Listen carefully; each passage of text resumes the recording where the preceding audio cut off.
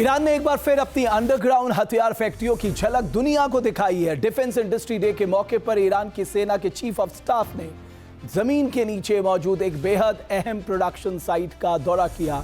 इस underground complex में ballistic और क्रूज मिसाइलों से लेकर रॉकेट और एंटी टैंक हथियारों के लिए जरूरी प्रोडक्शन सिस्टम नजर आए। यानी ईरान ने न सिर्फ अपने हथियारों को हुए नुकसान को झुठलाने की कोशिश की, बल्कि हथियार प्रोडक्शन क्षमता दिखाकर जंगी तैयारी का भी बड़ा संकेत अमेरिका को दिया है।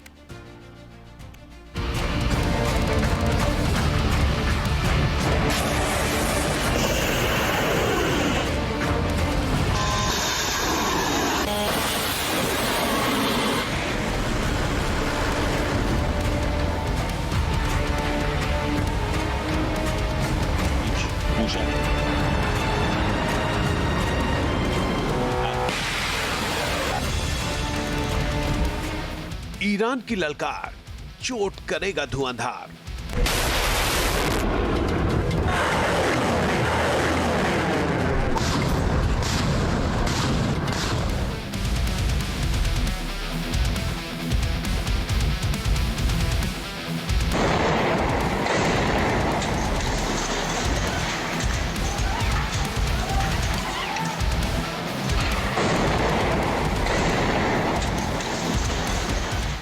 बढ़ा रहा हथियार प्रोडक्शन, छेड़ा तो घातक रिएक्शन।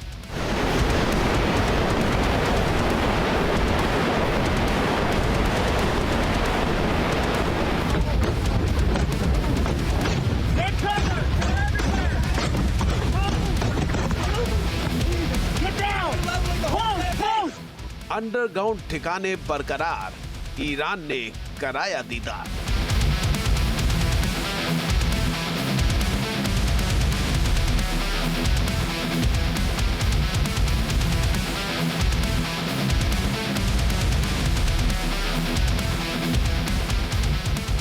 अमेरिका की लगातार धमकियों और पश्चिम एशिया में बढ़ते तनाव के बीच ईरान ने एक बार फिर अपनी ताकत की नुमाइश की है।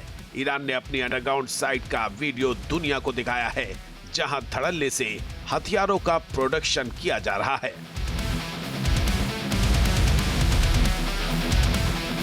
ईरान ने वर्षों की मेहनत से जमीन के सैकड़ों फीट नीचे किलेनुमा सैन्य ठिकाने बनाए हैं, जहां हथियारों के कारखाने हैं। इन कारखानों में मिसाइलें बनती हैं, ड्रोन्स का बेड़ा तैयार होता है, रॉकेट और एंटी टैंक हथियारों की तकनीक विकसित की जाती है। ऐसी ही एक अंडरग्राउंड प्रोडक्शन फैसिलिटी का ईरान के कार्यवाहक रक्षा मंत्री और armed forces chief of staff major general Ali Abdollahi ने दौरा किया। हमारे रक्षा मंत्रालय के सहयोगियों ने शानदार काम किया है। यहाँ आने पर मेहनत, प्रयास और आगे बढ़ने का जुनून ही दिखाई देता है।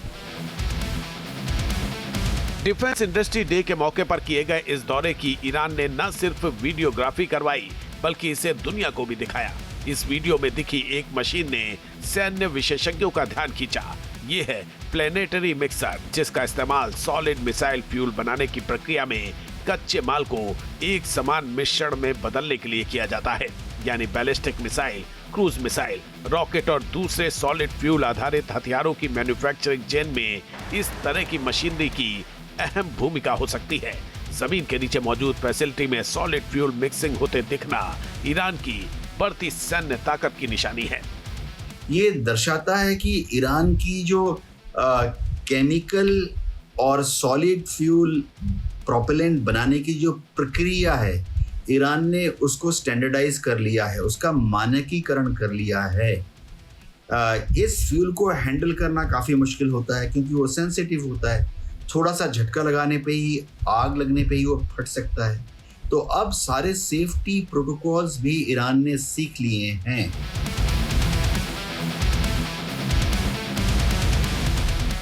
प्लेनेटरी मिक्सर ही नहीं, ईरान के इस अंडरग्राउंड कॉम्प्लेक्स की सबसे बड़ी तस्वीर अल्मास मिसाइल भी है।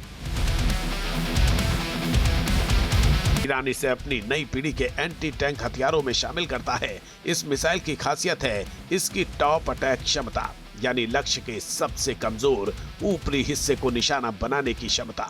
ईरानी दावे के मुताबिक लेबनान के युद्ध क्षेत्र में इस क्षमता का प्रभावी इस्तेमाल हुआ है।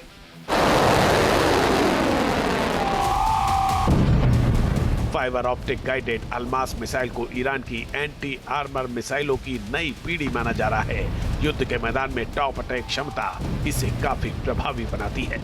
अल्मास एंटी टैंक मिसाइल में ईरान ने टैंडम वॉरहेड लगाए हैं, 2 वॉरहेड लगाए हैं। पहला वॉरहेड जो है वो टैंक को हिट करते ही उसके आर्मर में यानी बाहर के कवच में एक छेद कर देता है और उस छेद से जो सेकेंड वॉरहेड है वो अंदर चला जाता है और फटता है, जिससे टैंक के अंदर का जो क्रू है वो सब मारे जाते हैं।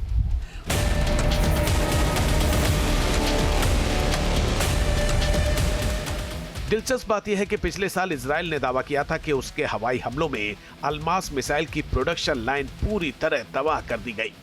हालांकि अब ईरान की तरफ से जारी इन तस्वीरों में अल्मास की प्रोडक्शन लाइन दिखाई दे रही है, यानी तेहरान का संदेश साफ है। अगर दुश्मन ने एक प्रोडक्शन लाइन को निशाना बनाया भी तो हथियारों का उत्पादन पूरी तरह रोकना आसान नहीं है।